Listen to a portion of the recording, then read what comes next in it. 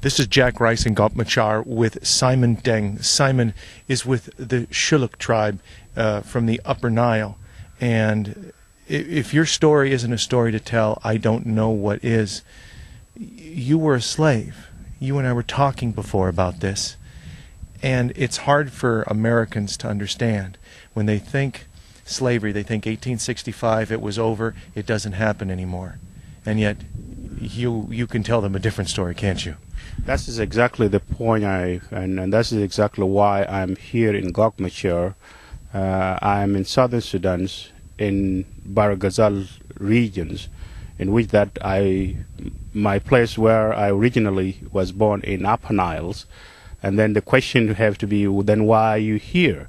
I'm here because with the Christian Solidarity International, the NGOs, the human rights organizations work in southern Sudan, primarily on the issue of the slavery, because this area where we are is one of the areas which is being devastated by slave raiders in the southern Sudan during the time of war. At the time we have people still being brought back from the slavery. I myself, why I got into this, because I was kidnapped at the age of 9 in Upper Nile in the city of Malakand, was taken by another person, a gentleman by the name of Abdullah, brought me to the north in the city of Kosti, to those whom are familiar to Sudan, and he gave me away to his relative as a gift. When we talk about gift, usually we assume of talking about a commodity, but today you probably looking at a person that happened to be a gift, which is me. So in other words, you became something to trade, a pair of shoes, a pair of pants, something like that, a watch. To the man, you see, the trade is probably that person gets something, but to have to give somebody a gift, that you give, that we know that you have to go buy a commodity and give it to somebody that you admire as a gift to please him or to make him happy, and then I was a piece of commodity at that time. Tell me, what happens in your life when you go from being just a child to becoming a slave?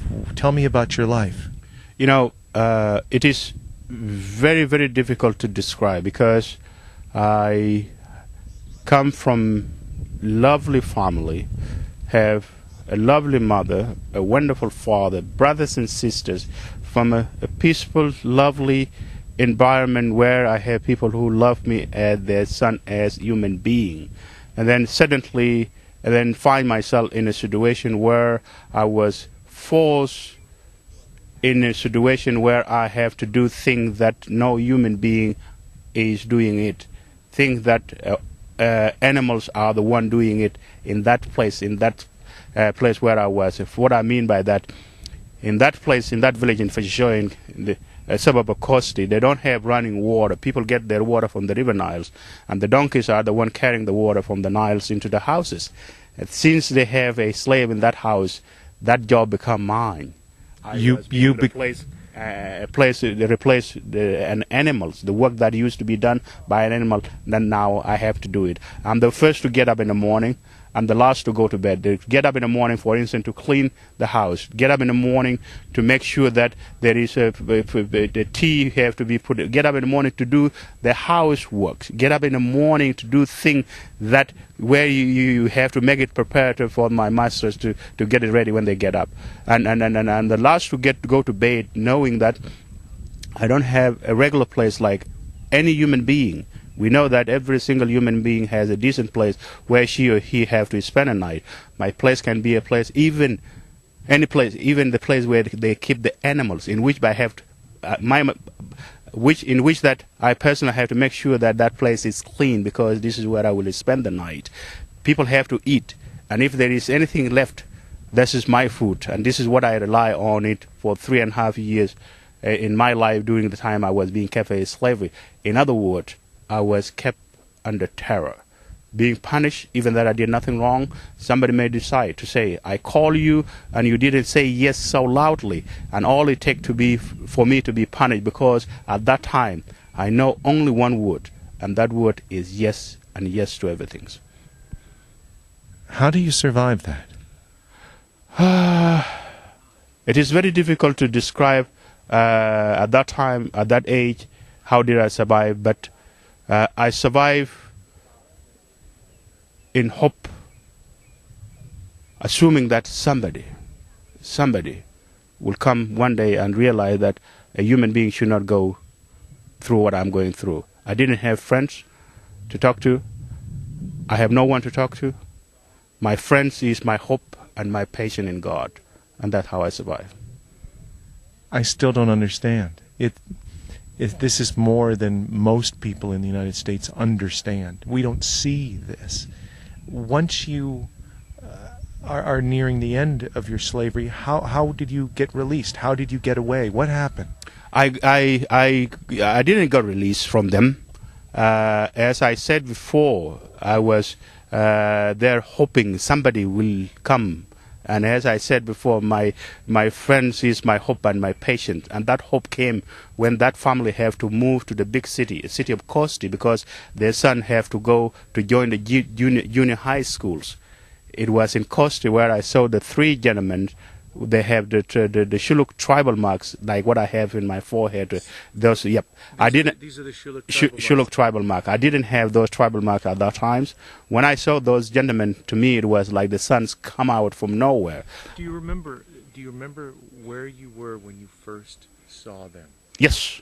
Where? Yes, in Kosti. I mean, where? Do you remember the street? Do you remember where you saw? I will never, ever forget it until I die. I will never forget the location and the place and the scenes in the emotions in my first until I die. Tell me what you thought in your head, in your heart. And that's why I said in the beginning that to me it was the suns come out from nowhere. It was like a light just flashed out to me, and I could not believe it. In which that I was so happy to see people with carrying their identity, which is identify my tribes. I went to them, telling them who am I, telling them my mom name, my dad name, anything I can come up with, because I didn't have any tribal marks to prove to them. All I have is a word of mouth. In 1 minute, probably I don't know how many words that I throw to them just to convince them.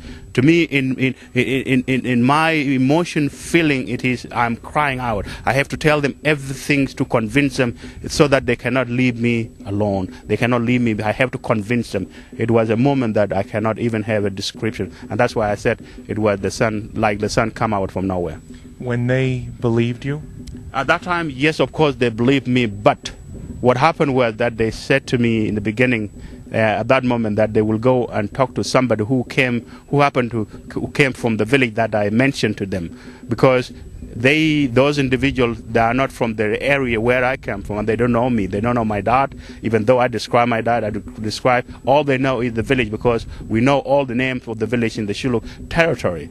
And then they know somebody who came from that village, and they told me that they will go and talk to that, and I got disappointed.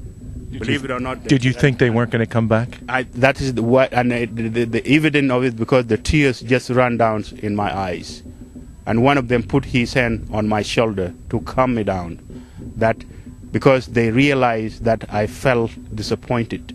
And then they calm me down and say that, telling me that they are not going to leave me alone. The only that they will go and talk to that individual, and definitely they will come even with that man or without him. In the following day we will meet in that place. As I said, I didn't have anything that could convince them. My disappointment to me at that time, I felt that I didn't convince them enough. But they were genuine in their saying, because they don't know me, and of course they didn't know me.